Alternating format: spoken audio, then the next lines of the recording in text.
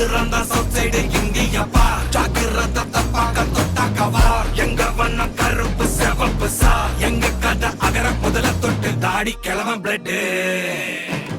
உதிச்சது உதய சூரியப்பா ஆட்டம் பூட்ட கொட்டிய புட்டிச்சதால் மரமாட்டம் வெளிச்சம் கிடைச்சதா